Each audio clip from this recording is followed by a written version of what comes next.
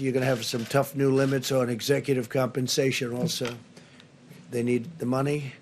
They're going to have to sort of just make things work because we're interested in the workers, the jobs. And we're interested in the companies because that's really what fuels the workers in those great jobs. And we also have $16 billion in funding for the purchase of personal protective equipment. You know about that, such as masks and respirators through the Strategic National Stockpile.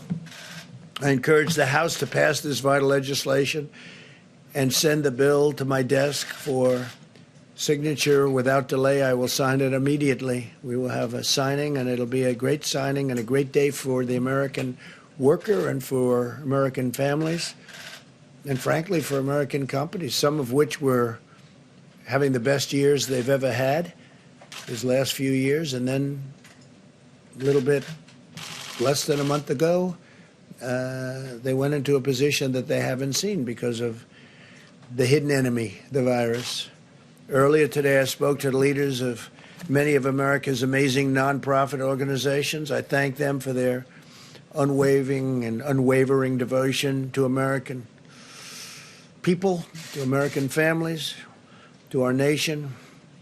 And they have been fantastic. They've been collecting supplies, distributing food, supporting healthcare workers, caring for vulnerable workers and families. I encourage them to continue to do it. But I'll tell you, the nonprofits have been fantastic. They've been great. They're great people, actually.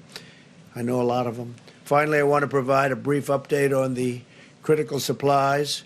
Through FEMA, the federal government has delivered or is in the process of shipping 9.4 million N95 respirators.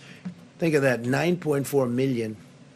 20 million surgical masks, and we have others that we think are going to be delivered pretty quickly. The whole world, you know, it's not just us, it's not just the states. The whole world is trying to get these things, so in competition with many, many countries.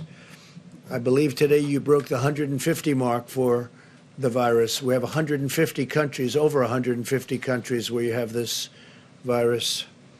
And nobody would ever believe a thing like that's possible. Nobody could have ever seen something like this coming. But now we know, and we know it can happen and happen again. And if it does, somebody's going to be very well prepared because of what we've learned and how we've done. It's been incredible how we've done.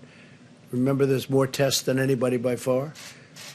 And the news, the reporters, the media always likes to bring South Korea. They called me and they told me, it's amazing, your testing procedures are amazing.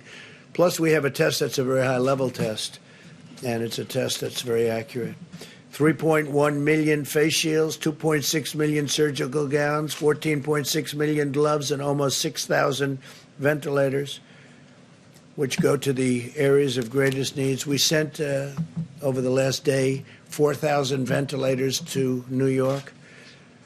And I spoke with the governor about that. He was happy. I spoke with the mayor also about that, Mayor de Blasio. He was very happy. It's hard not to be happy with the job we're doing. That I can tell you. Throughout this national emergency, everyday heroes continue to step forward and demonstrate the extraordinary character of our nation, including the people behind me. By the way, these people are amazing.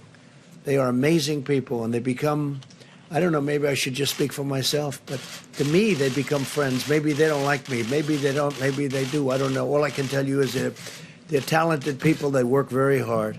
In Maryland, a 7-year-old boy used his own birthday money to buy meals for dozens of senior citizens.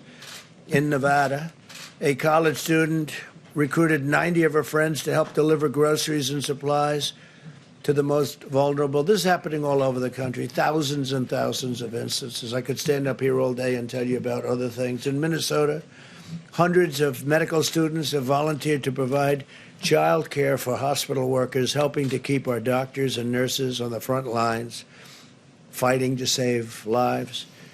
These inspiring Americans remind us that we all have a role to play in winning this great national battle, and it's really a worldwide battle.